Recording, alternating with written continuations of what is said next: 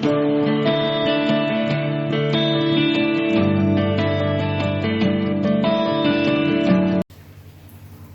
Guys, मैं राजपाल आपके लिए आज बेहतरीन सा ट्रिक कूलाम के नियम का सदिश रूप बताने जा रहा हूँ। देखिए, कूलाम के नियम का सदिश रूप क्या होता है। कहा जाता है कूलाम सिद्ध कीजिए कि कूलाम का नियम न्यूटन के तीसरे नियम की व्याख्या करता है। तो वही आते हैं सदिश फॉर्म में डिनोट करते हैं और कूलाम का नियम का सदिश फॉर्मेशन भी दिखाते हैं। देखिए, ये एक्स एक्सिस है, ये वाई एक्सिस, ये जेड एक्सिस है। दो इसमें एक्स वाई एक्सिस में हम दो पॉइंट लेते हैं, दो स्थिर बिंदु लेते हैं। ये Q1 ले लेते हैं, दूसरा बिंदु Q2 ले लेते हैं। इनकी बीच की दूरियां मूल बिंदु से इनका मान लेते हैं दूरियां R1, इनकी मूल बिंदु से दूरियां R2 मान लेते हैं। फिर इन Q1 और Q2 आवेश की बीच की दूरी 1 मानते हैं। Q1 से लेकर Q2 के बीच की दूरी को R12 वेक्टर मानते हैं और Q2 से Q1 के बीच की दूरी R21 वेक्टर मानते हैं। अगली बात, Q1 आवेश के कारण Q2 पर लगने वाले बल को हम डिनोट करते हैं F21, अर्थात इसको पढ़ेंगे क्या, Q1 आवेश के कारण Q2 पर लगने वाला बल F21 होगा और Q2 आवेश के कारण Q1 पे लगने वाला बल जो होता है वो हो जाएगा F12 वेक्टर। अर्थात देखिए, यदि Q1 आवेश के कारण Q2 पे बल लगेगा तो उनकी बीच की दूरी वेक्टर R12 और बल जो लगेगा वो F21 वेक्टर होगा तथा Q2 आवेश के कारण Q1 पे लगने वाला बल F12 होगा। अर्थात दूसरी बात यह है कि Q1 और Q2 के बीच की दूरी तो बराबर है, एक R12 वेक्टर है, दूसरा R21 वेक्टर है। ये दोनों परिणाम में बराबर हैं परंतु दिशाओं में विपरीत हैं। आते हैं डेरिवेशन देखते हैं। Q1 आवेश के कारण Q2 पर लगने वाला बल कूलाम के नियमानुसार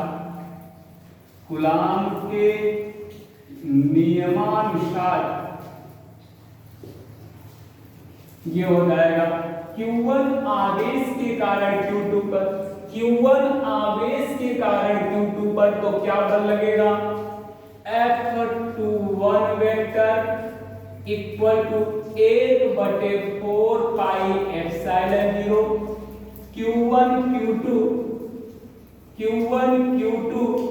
बाई, देखिए दूरी कैसे लेंगे, Q1 आवेश से Q2 आवेश तक हमको जाना है तो दूरी लेंगे R12 वेक्टर का स्क्वायर इनटू इसी का एकांक सदिश R12 वेक्टर का क्या है। आगे F21 vector equal to 1/4 pi epsilon 0 Q1 Q2 upon R12 vector का स्क्वायर एकांक सदिश कहा जाता है यदि उसी वेक्टर के मापांक से भाग दे दिया जाए तो उसी को कहते हैं एकांक सदिश। अर्थात vector R12 upon mod of vector R12 समीकरण नंबर 1। इसी प्रकार अब देखेंगे Q2 आवेश के कारण Q1 पे लगने वाला बल, Q2 आवेश के कारण Q1 पर लगने वाला बल कूलाम के नियमानुसार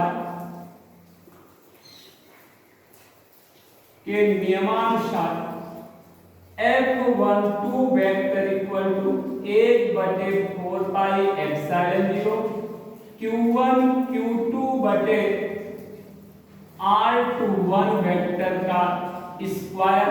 दूरी R21 क्यों लेंगे? क्योंकि Q2 आवेश से मुझे Q1 आवेश तक आना है, इसलिए R21 वेक्टर और इसी वेक्टर का एकांक सदिश ले लेते हैं, अर्थात F12 vector equal to 1/4 pi epsilon 0 Q1 Q2 by R21 vector का स्क्वायर, इसी का एकांक सदिश वेक्टर R21 वेक्टर का मापांक समीकरण नंबर 2। अब ये दो समीकरण हमारे बनकर तैयार हो जाते हैं। फिर आते हैं यहाँ देखते हैं कि हमारा वेक्टर R12 और वेक्टर R21 दोनों के परिमाण बराबर हैं, परंतु दिशाओं में विपरीत हैं, अर्थात वेक्टर R12 तथा वेक्टर R21 परिमाण में बराबर परंतु दिशा में विपरीत हैं, इसलिए vector R12 equal to minus R21 vector, अर्थात ये दोनों परिणाम में बराबर, मतलब आंकिक मान Q1 से Q2 भी उतना ही मान है जितना Q2 से Q1, बस अंतर बस इतना है, डायरेक्शन चेंज है। एक इधर से इधर की आ रहा है, जैसे एक पूर्व से पश्चिम की ओर जा रहा है तो दूसरा पश्चिम से पूर्व की ओर जा रहा है, बस अंतर इतना है। इसलिए वेक्टर R12 बराबर वेक्टर R21 विपरीत है। और यदि इसी का मापांक ले लेते हैं वेक्टर R2 का, तो मापांक कभी ऋणात्मक नहीं होता है, अर्थात जो निरपेक्ष मान होता है वो कभी ऋणात्मक नहीं होता है। अब उपर्युक्त मान चाहे समीकरण 1 में रख दें चाहे समीकरण 2 में रख दें, इसी में उपर्युक्त मान समीकरण 1 में रखने पर वेक्टर F12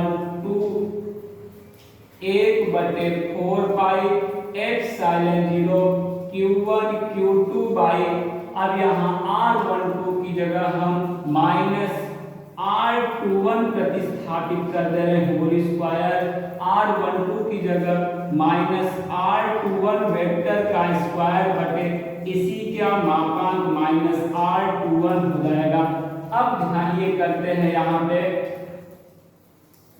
ध्यान दीजिए थोड़ा सा, यहाँ पे यदि स्क्वायर को हम किसी ऋणात्मक संख्या का यदि हम स्क्वायर करेंगे तो उसका मान धनात्मक हो जाता है, लेकिन यहाँ पे माइनस होने के कारण ये F21 vector equal to minus 1/4 pi epsilon 0 ये धनात्मक हो जाएगा।